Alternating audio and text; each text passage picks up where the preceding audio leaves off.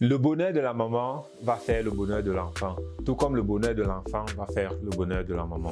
Je tiens à rappeler quelque chose dans cette vidéo, c'est que beaucoup de parents n'ont malheureusement pas eu la chance d'apprendre cela avant d'avoir des enfants. Donc c'est important vraiment de comprendre que quand une maman met un enfant au monde, cet enfant-là c'est une partie d'elle, tout comme c'est aussi une partie du papa.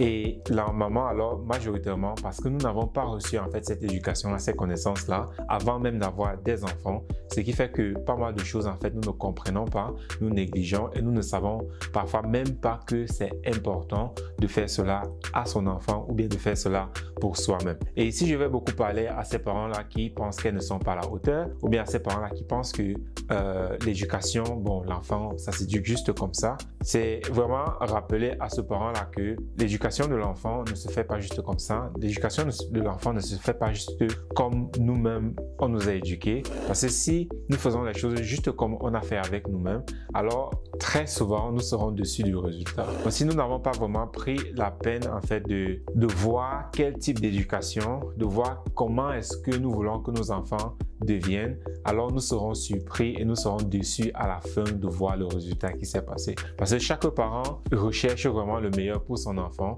mais beaucoup de parents ne savent même pas à quoi ressemble ce meilleur-là. Très souvent, on dit juste oui, je veux le meilleur pour mes enfants. Et quand je demande à cette maman-là, ok, le meilleur pour ton enfant, à quoi est-ce que ça ressemble? Et beaucoup de parents sont incapables de répondre à cette question. On dit, ouais, le meilleur, qu'il ait une bonne vie. Vous voyez, c'est vraiment vague.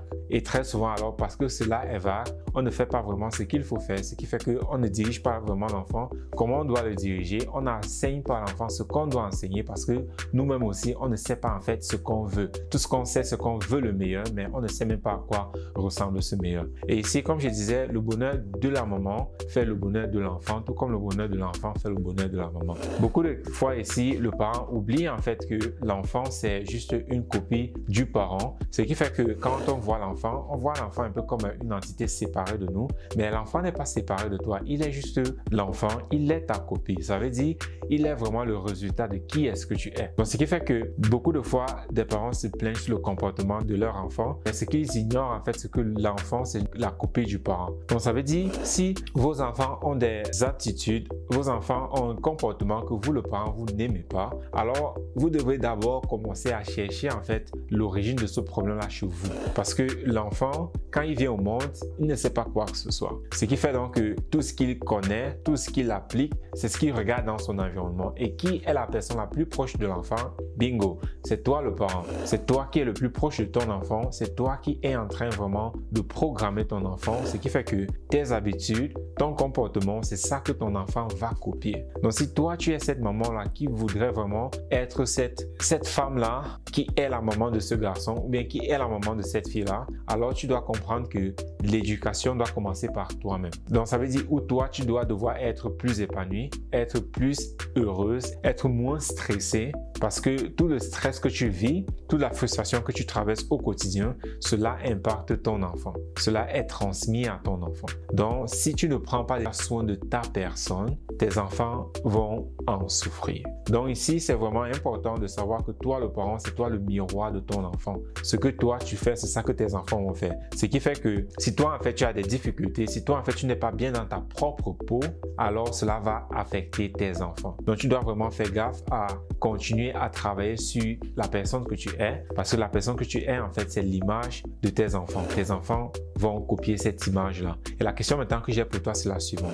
Si tes enfants devraient copier vraiment qui est-ce que tu es, exact comme tu es, si tes enfants devraient te copier, donc si tes enfants deviennent exactement comme toi, s'ils ont la même vie que celle que tu as présentement, comment te sentirais-tu? Et si ta réponse est oui, moi je pense que j'aimerais ça, alors c'est que c'est triste. Parce que le truc c'est que quel qu'en soit qui tu es, je sais que tu as des doutes, je sais que tu as énormément de frustration, je sais que tu es constamment stressé par la vie que tu es en train de mener présentement et d'aller jusqu'à dire oui, tu aimerais que tes enfants ont la même vie, peut-être parce que tu as un bon salaire. Bon, un bon salaire aussi, c'est peut-être parce que le salaire que tu as, tu dis, ah, ok, c'est suffisant pour bien vivre et que tu penses que, ah, si mes enfants ont aussi un même salaire, alors c'est bien. Mais tout ça, tu ne vois pas comment le travail que tu fais, tu ne l'apprécies pas vraiment. Tu travailles juste parce que tu as besoin d'argent. Tu ne vois pas comment tout le stress dans lequel tu dois vivre et gérer en journée, tu ne vois pas cela. Tout en fait que tu as à l'intérieur de toi, tu ne vois pas cela. Toutes les peurs que tu as à l'intérieur de toi, tu ne vois pas cela. Juste parce que tu veux dire non, non, non, moi aussi je suis une bonne personne. C'est cet ego-là qui va te faire, toi le parent, rater l'éducation de ton enfant. Parce que si tu n'es pas capable vraiment de te regarder toi-même dans le miroir et de pointer tes défauts, alors tu vas d'office les transmettre à ton enfant. Voilà pourquoi toi le parent, tu seras toujours déçu de ton enfant parce que tu vas dire « Ah, mais comment est-ce qu'il a pu faire des choses comme ça ?» Pourquoi? Parce que toi-même, tu n'as pas corrigé ces choses-là. Toi-même, tu n'as pas voulu regarder ces choses-là.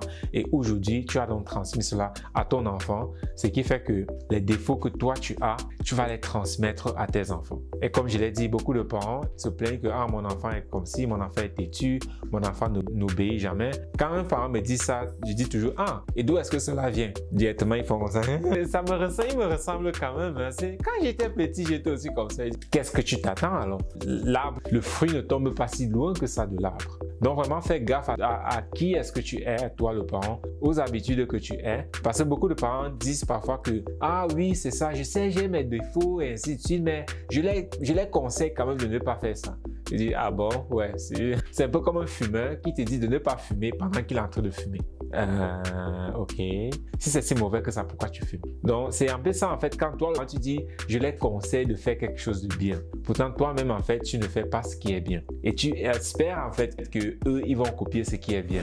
Non, ça ne marche pas comme ça. Ils vont copier qui est-ce que tu es. Ils vont se comporter comme la personne que toi, tu es. D'où l'importance de continuer à t'améliorer, toi, le parent, si tu es vraiment ce parent-là qui dit, je veux donner le meilleur à mes enfants. Parce que comme je le dis toujours, l'épanouissement de l'enfant commence par l'épanouissement du parent. Si le parent n'est pas épanoui, si le parent n'est pas présent pour son enfant, si le parent lui-même n'est pas aussi en train de grandir, en train de s'améliorer, alors ses enfants ne vont pas aussi s'améliorer, ils ne vont pas aussi grandir parce que c'est qui leur modèle? Ce sont les parents. Donc si les parents eux-mêmes, ils s'en foutent, si les parents eux-mêmes procrastinent, si les parents eux-mêmes n'ont pas confiance en eux, si les parents sont constamment stressés, frustrés, alors pourquoi est-ce que moi je dois me gêner? Parce que c'est comme ça. Si c'était si mauvais que ça, eux ils devraient le changer. Si eux ils ne le changent pas, ça veut dire que c'est comme ça que c'est. Donc moi aussi, je vais faire la même chose. Et c'est ça que tu veux vraiment pour ton enfant. C'est ce meilleur-là, c'est ça que toi tu appelles meilleur et c'est ça que tu veux vraiment pour ton enfant. Si la réponse est non, elle doit être non. Parce que si tu dis oui, alors ok, qu'est-ce que tu veux que je dise? C'est peine perdue, c'est cause perdue. Mais si la réponse est non, alors toi le parent, fais quelque chose, commence dès maintenant à faire quelque chose pour toi-même et aussi pour tes enfants. Parce que l'éducation en fait que toi tu donnes à tes enfants, tu dois voir ça comme un prix en fait que tu es en train de payer. Et en fin de compte, seras-tu satisfaite de ce que tu as produit ou bien vas-tu regretter de ce que tu aurais pu faire? C'est un peu comme une plantation. Ce que tu plantes, c'est ça que tu vas recevoir. Et à la fin, quand tout le monde sera en train de récolter, qu'est-ce que toi tu vas dire? Est-ce que tu vas dire « Yes! J'ai fait ce qu'il fallait » ou bien tu vas dire « Oh mon Dieu, mais qu'est-ce que j'ai fait ?» Ce sera quoi ta réaction?